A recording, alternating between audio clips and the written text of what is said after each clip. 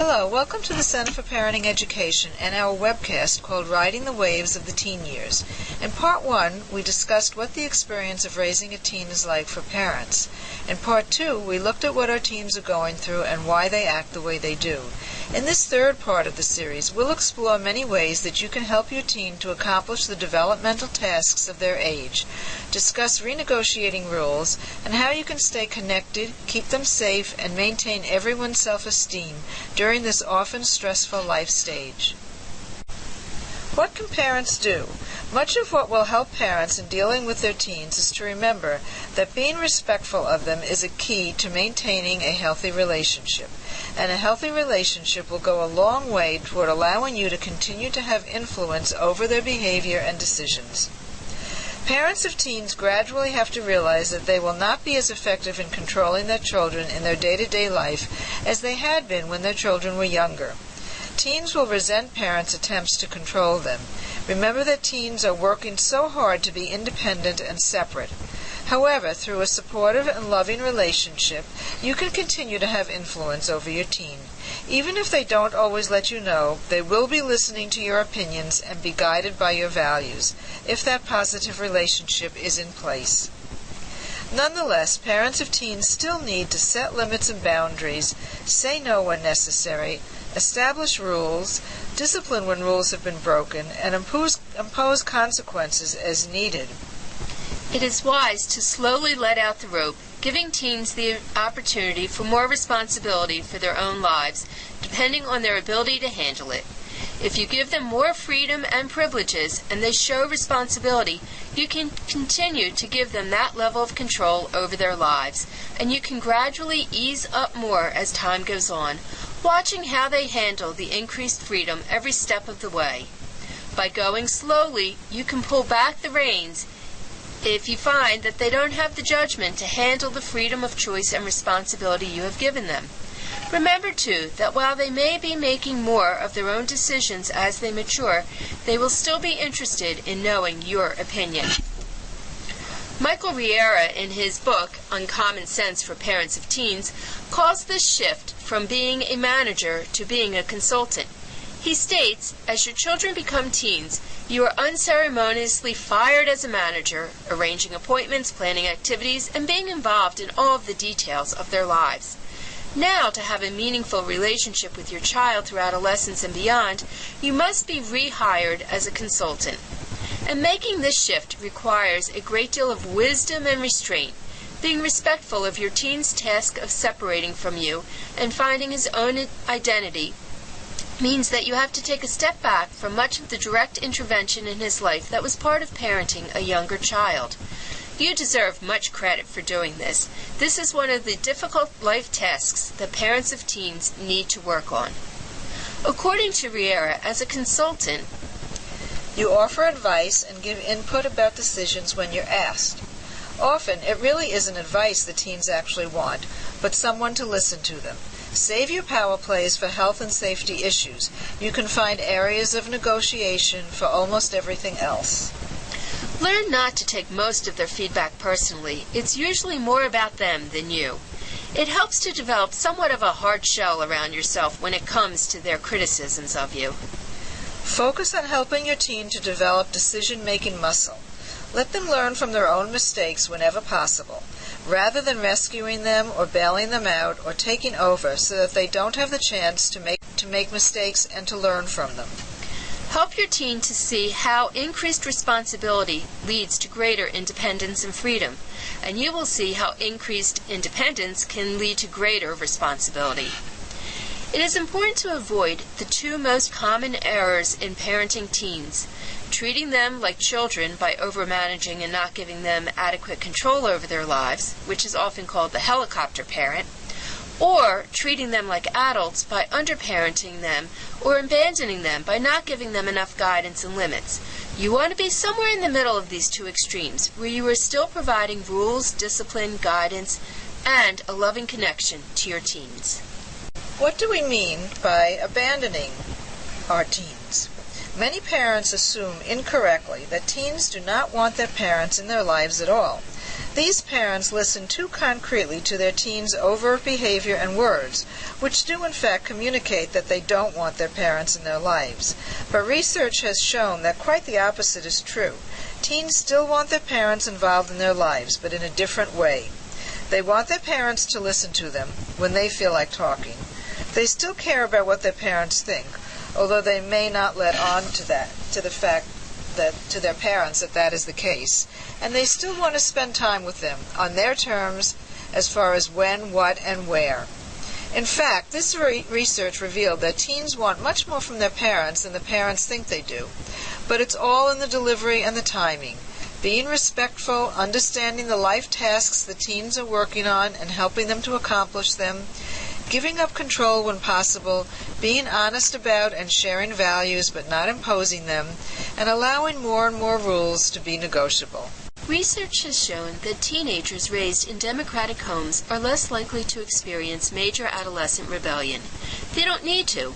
They know that their parents respect them, will listen to them, take their perspectives into consideration, and they've been gradually handed more and more of the reins of their own lives. These parents do not have a litany of arbitrary rules. They explain the reasons for the rules, and they give their children a say in determining some of the rules. In these homes, parents are loving and supportive, set clear and firm boundaries, even as they gradually give the teens more and more say in the decisions regarding their lives, and they encourage their children to be independent as they mature in judgment. They also have fair and reasonable rules, and they impose consequences when need be. In these democratic homes, negotiation is part of the rule-making, and power is gradually shifted to the child as the teen's mental abilities and judgment increases. This increase in the children's power actually increases compliance and gives the teens many opportunities to make decisions. There are 3 stages in the shifting of power. The first is non-negotiable rules. That's when parents say that's the way it is. And these non-negotiable rules are used in situations that involve safety. They're used for life-threatening, immoral, and unhealthy decisions, such as no drinking and driving. Next are the negotiable rules. This is where the parents say, let's work it out. The largest number of issues during the teen years fall under this category, and it shows respect for the teen's increasing judgment and responsibility. The last is when the parent transfers all power. It's up to you. There's a gradual shift from negotiable rules to transferring of power based on the child's judgment and track record.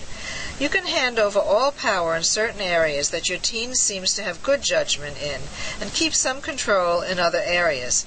This is not abandonment by a parent of adult responsibility due to the frustration of dealing with a teen.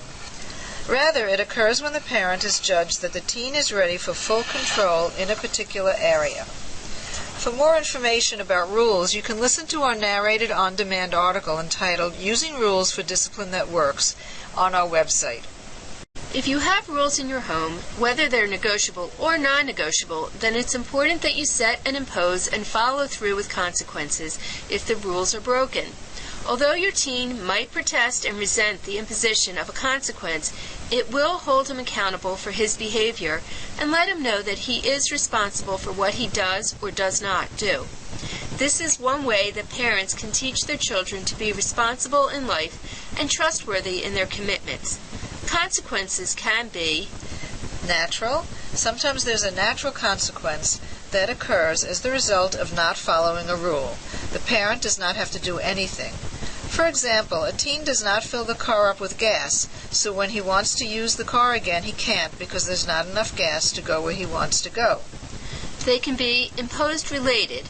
Sometimes parents need to impose a consequence when the natural consequence is dangerous or there is no natural consequence that would occur.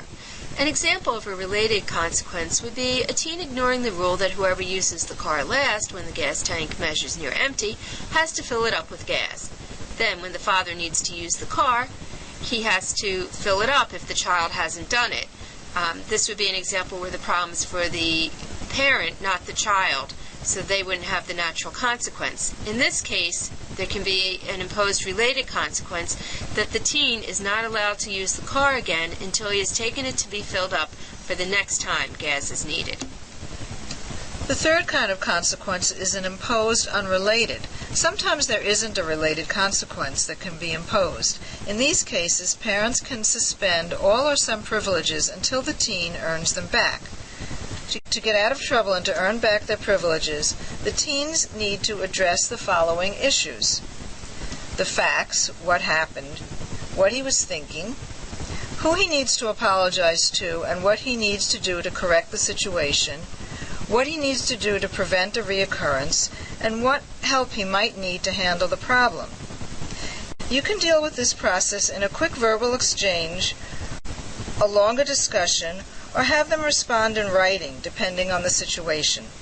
Through this process, the teen will take responsibility for what he did and for making amends, so that he restores his relationship with the injured parties and his own opinion of himself. This is a way to use a broken rule as a teachable moment, which is the purpose of discipline and consequences. For more detailed information about consequences, you can check out our on-demand article, which is called Truths About Consequences. You may have noticed a theme in our discussion about what parents can do to maintain a healthy relationship with their teen, keeping the lines of communication open. This is the key to a healthy relationship. As we have said, it involves listening to and respecting their opinions without judgment, remembering that most teens want to maintain contact with their parents, but on their own terms, allowing a voice in setting rules, and discussing breaches of trust without punishment when the rules are broken. Meaningful conversations with teens depends mostly on having a good relationship with them. However, there are some tips that can help you in connecting with your teen. Before teens feel comfortable talking about the big issues, like sex, drugs, drinking, or violence, they need to talk about the small, everyday issues. So start with the small stuff that isn't as threatening. Some of the best communications is not when you're face-to-face looking right at each other, but when you're cooking or driving, your teen may be more willing to talk to you. Also, listen between the lines, not just to the words. Most teens don't use many words and often communicate with body language and tone of voice. Acknowledge and respond to their emotions with acceptance and without judgment. Ask your teens' opinions and listen to them. It will make them more likely to listen to yours. And don't interrupt your teens. Let them finish your thoughts. This is the part where we're spending time having a conversation and listening to them. There's other times to set limits and to discipline. Dinner time is a golden opportunity for talking among family members that will draw teens out and deepen relationships. It's a time when you can feel that you and your teen are really getting to know one another.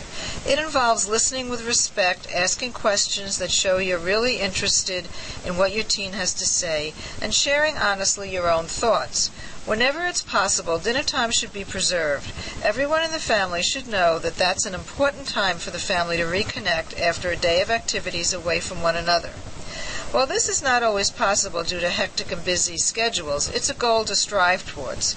Kids will come to respect and even look forward to that time as a special opportunity to touch base, especially if there is a ground rule of respect and mutual interest. If you have not been doing this in your family, you can start slowly with one dinner a week. It may take a long time to get the ritual established, but it will be worth it in the end. Some families find that it is impossible to set aside dinner times for family connections. They find other times in the day or the week that work for them, either at breakfast or one meal during the weekend or an outing on a weekend, sometime when they're away from interruptions and distractions from the outside world.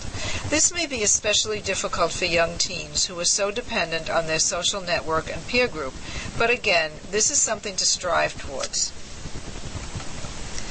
Some of what you've just heard during this webcast will help you to understand why the following suggestions for coping strategies, tips, and tools can make your children's teen years go more smoothly for them and for the whole family. Prepare. Increased knowledge of adolescence can help you to be an active parent rather than a reactive one. Model the behaviors you would like your child to exhibit and which reflect your values.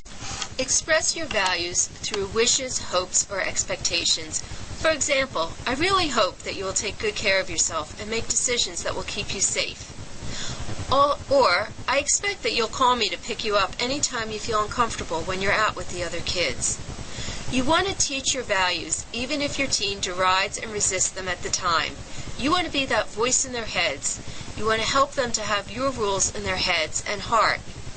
To not express these hopes leaves a big hole in their defenses that we want our children to have.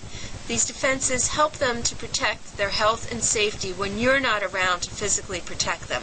Eventually, they need to internalize these and be able to protect themselves and make these healthy decisions. Reflect on the positive aspects of your adolescent.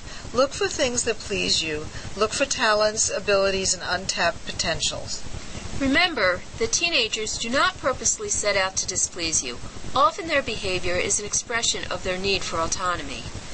Take time to be with your adolescent. Find common interests. Encourage participation in constructive group activities. Busy kids with goals get into less trouble. If your teen shows an interest in something positive, encourage it. Make your home attractive and teenager-friendly. Your son or daughter will want to bring friends home, and their friends will want to come. Make expectations and responsibilities clear and fair. Set appropriate limits on and consequences for unacceptable behavior. Be willing to let your adolescent use you as the bad guy, in other words, take the blame, to his peer group about the rules and limitations on his behavior. For more information about raising your teen, go to the resource library on our website. Thank you for joining us.